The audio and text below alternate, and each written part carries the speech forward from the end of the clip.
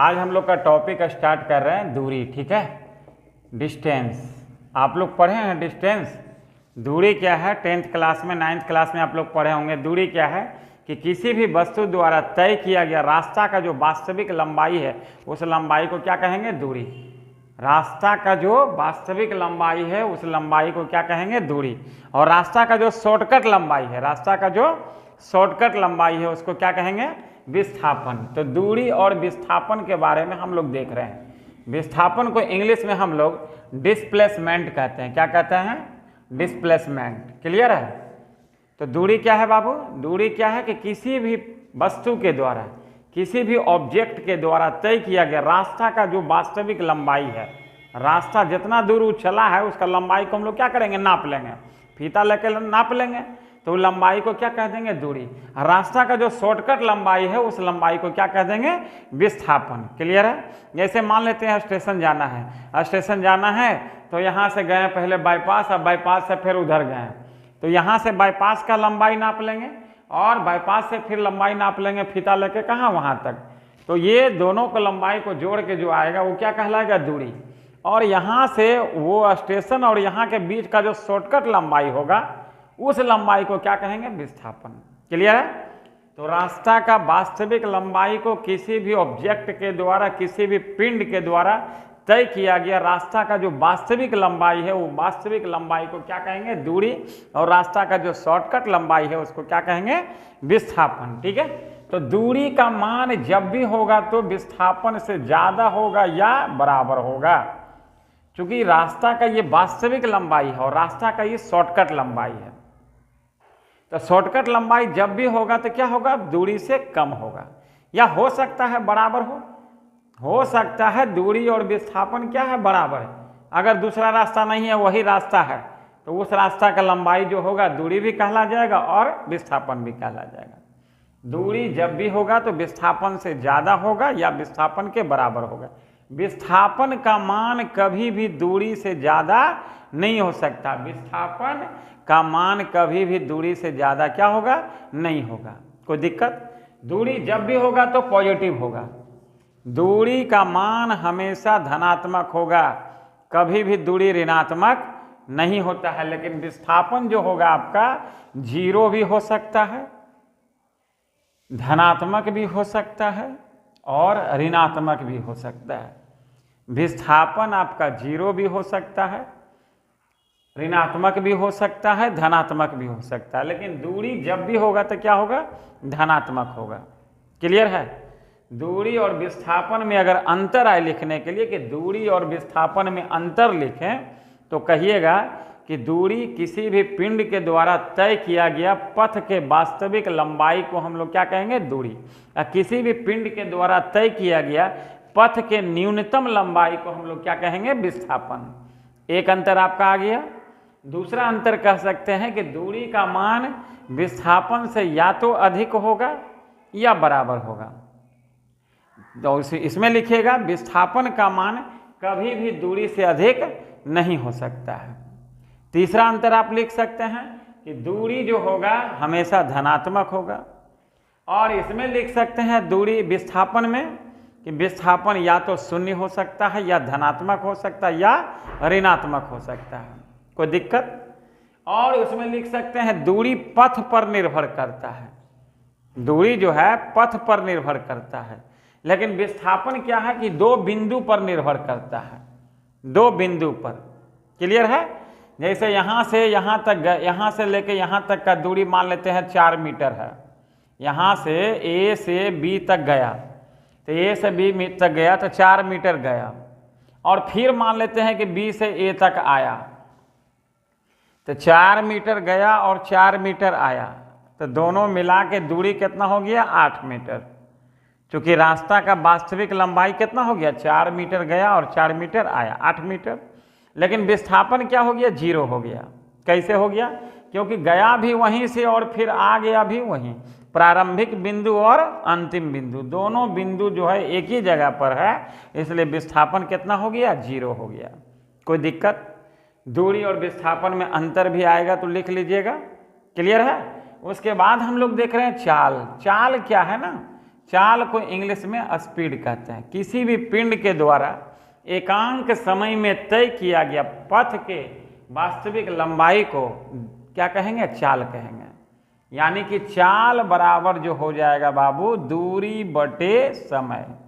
चाल बराबर क्या हो जाएगा? दूरी बटे समय। एकांक समय में तय किए गए दूरी को क्या कहेंगे? चाल कहेंगे। किसी भी पिंड के द्वारा कितना समय में? एकांक समय में। यानी 1 सेकंड में जितना दूर वो चल रहा है उसी को क्या कहेंगे? चाल कहेंगे। चाल बराबर दूरी बटे समय। चाल भी आपका 2 प्रकार का होता है, आप पढ़िएगा। चाल भी 2 प्रकार का होता है। एक होता है आपका औसत चाल और दूसरा होता है तात्क्षणिक चाल। एक होता है आपका औसत चाल और दूसरा होता है तात्क्षणिक चाल। औसत चाल क्या है? कि किसी भी पिंड के द्वारा तय किया गया कुल दूरी और उसमें लगा कुल समय। जैसे यहाँ से हम जो है पटना गए तो कुल दूरी 120 किलोमीटर है और जाने में 1 घंटा समय लगा, तो 120 किलोमीटर अब बटे 1 घंटा कर देंगे तो ये कहला जाएगा क्या? औसत चाल।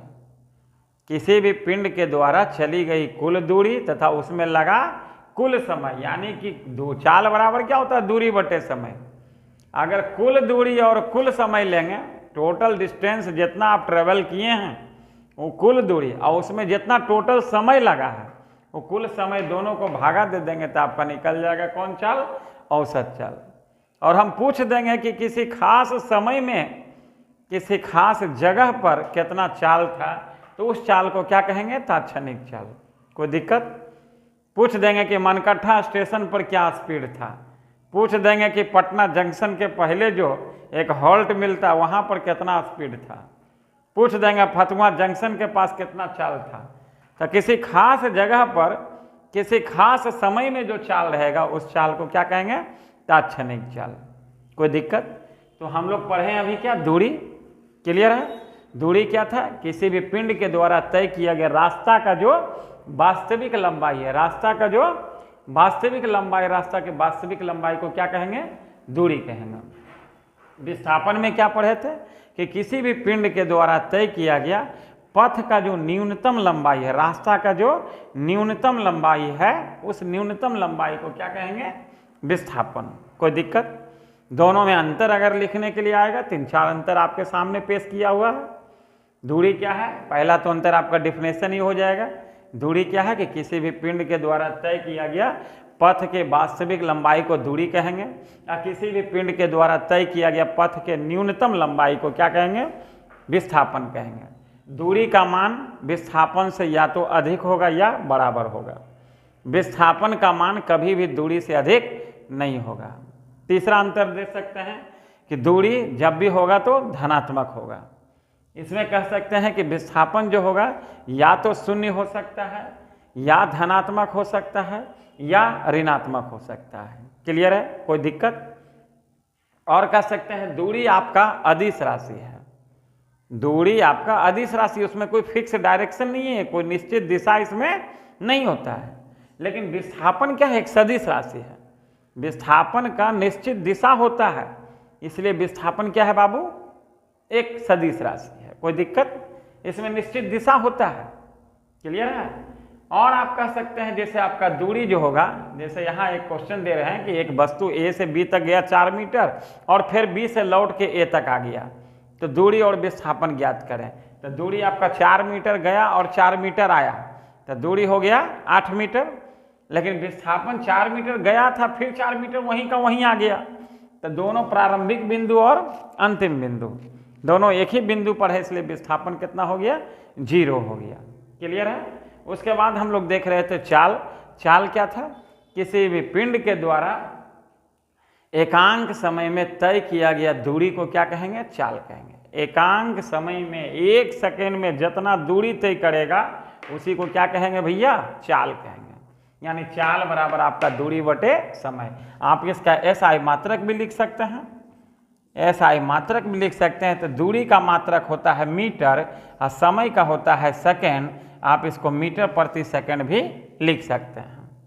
आप इसका बीमीय सूत्र भी लिख सकते हैं, आपका LT इनवर्स 1 हो जाएगा आपका बीमीय सूत्र।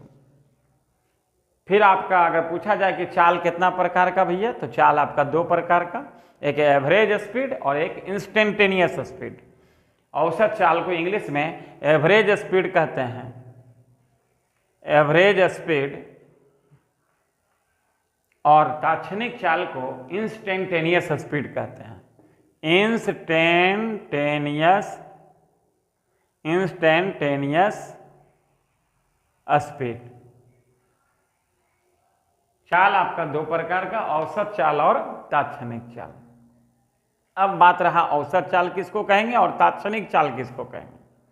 तो औसत चाल क्या है कि किसी भी पिंड के द्वारा तय किया गया कुल दूरी और उसमें लगा कुल समय, जितना दूरी तय किया और उसमें टोटल जितना समय लगा है, दोनों को आप डिवाइड कर दीजिएगा तो आपका निकल जाएगा क्या, औसत चाल। और यात्रा के दौरान किसी खास स्थान पर किसी खास समय में जो चाल रहता है उसको क्या कहेंगे, तात्क्षणिक चाल। तो चाल हम लोग का हो गया, क्लियर है, कहीं कोई दिक्कत। आज का टॉपिक हम लोग का यही रहेगा। एक क्वेश्चन आपको देंगे, उसके पहले थोड़ा सा वेग भी देख लीजिए। वेग को इंग्लिश में वेलोसिटी कहते हैं, ठीक है। तो वेग क्या है बताइएगा कि किसी भी पिंड के द्वारा एकांक समय में तय किया गया विस्थापन को क्या कहेंगे, वेग कहेंगे। वेग बराबर जो हो जाएगा भैया विस्थापन बटे क्या हो जाएगा, समय, विस्थापन बटे समय।